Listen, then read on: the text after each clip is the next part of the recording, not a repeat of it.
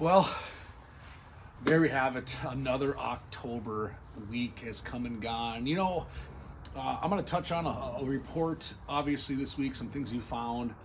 Didn't fish a ton, had a couple guide trips, just finished my last guide trip of the season.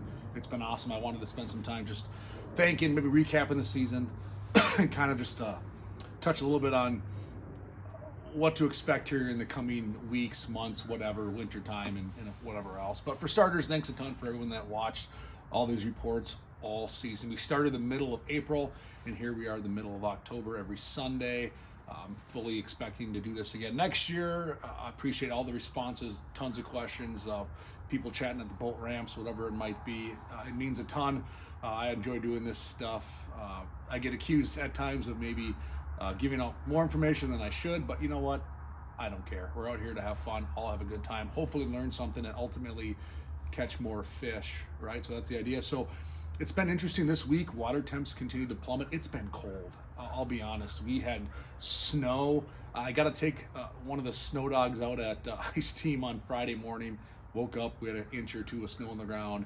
It was October 14th, and I ripped around on the snow dog. I can say I did that in October. Pretty darn cool. I haven't said that before. So we're seeing cold conditions. It does look like we're going to see things warm up again next week into the 60s. It's just the game we play here in Minnesota, that yo-yo, tease you fall type weather. So, but it's been cold here. We are seeing water temps drop. There are water temps. They have stayed in the low 50s. We are not seeing anything in the 60s anymore. I think that's all behind us. That's done. That's gone. We are on the downward slide. Lakes are starting to turn.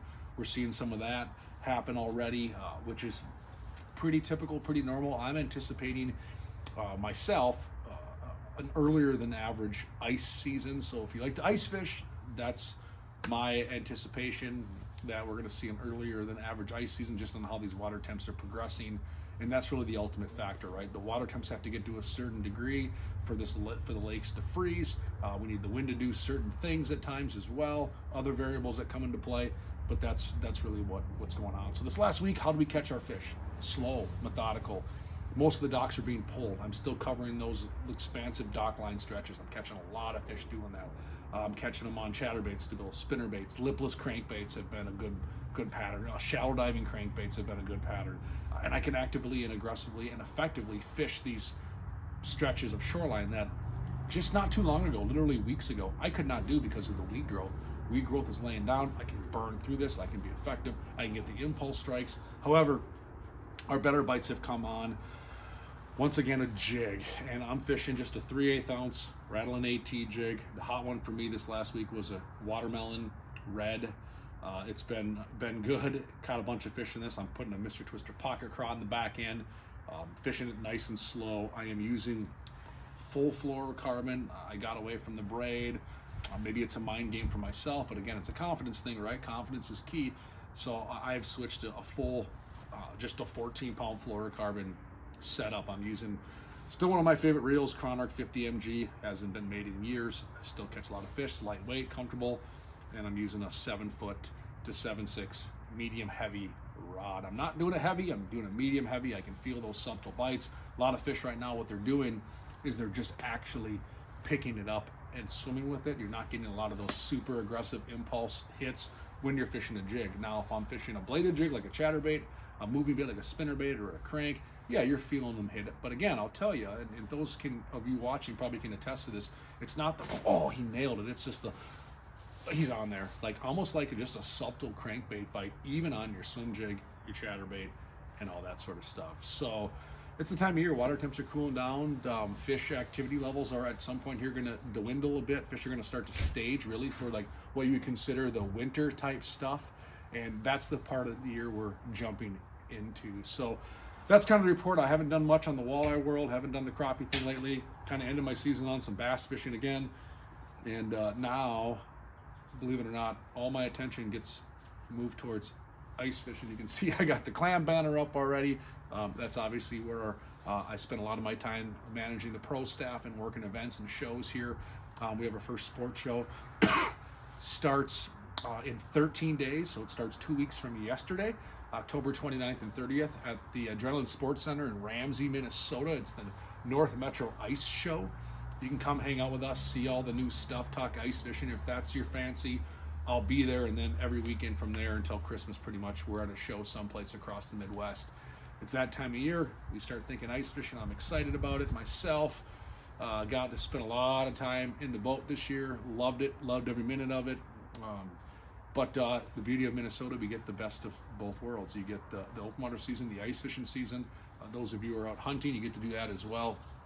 And it's awesome. So, little tip I would give anyone out there watching that does like to ice fish, it would be, this is the time of year to do some of your homework. When you're in the boat, start scouting out for some of the best weed clumps, inside turns, rock piles, spots, staging areas, anything you might consider fishing come December or whenever you start getting on the ice. You can do a lot of homework right now in the boat in preparation for ice. You can save waypoints on your Lowrance. You can then transfer those waypoints either onto your computer or over to something else, or jot them down and put them on your handheld device, whether it's your phone and avionics or whatever it might be.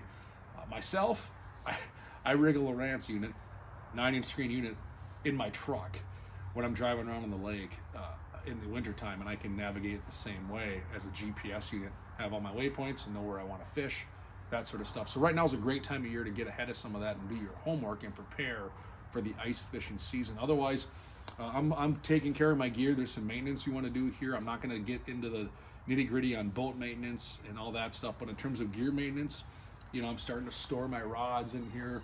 I'm taking some of the lures off. I'm doing some inventory checks so that when it comes time to springtime fishing, I'm not scrambling. So this time of year, I just take a little bit of a slower approach when I'm deorganizing, I guess, to some degree, and I'm making mental notes on, okay, I need more tails for chatterbaits. Okay, I really got low on 1/4 ounce drop shot weight. So I'm making notes as I'm taking stuff out of the boat, storing and organizing for the winter time. I'm making notes now so that when I fast forward to springtime, I'm not scratching my head. I need this, I need that, or what did I need last year? I can't remember. So this is the time of year where I'm making all those notes and preparing myself for the future. So being organized, being efficient, that's key. And those are some simple things. I know we want to get everything taken out of the boat in haste. If that's the case and you're storing your boat, I get it. But just take an extra 15, 20 minutes to mentally prepare yourself and write down some of these things so that it does make it easier for you in the springtime. So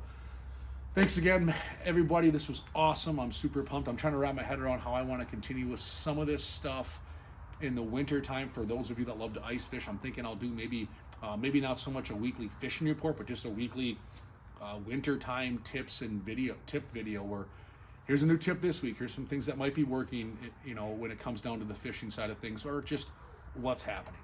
So if you have feedback on that, let me know. Fire off some stuff. Otherwise, thanks again for an awesome open water season.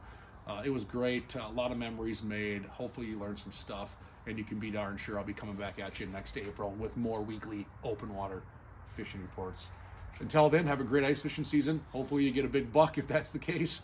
Have a great holiday season. Enjoy some time with family and friends, and we will catch you for more open water fishing reports next April. Otherwise, tune in throughout this winter on Matt Johnson Outdoors, and you can see all the ice fishing content you can imagine, because I'm coming at you with that too. So thanks again.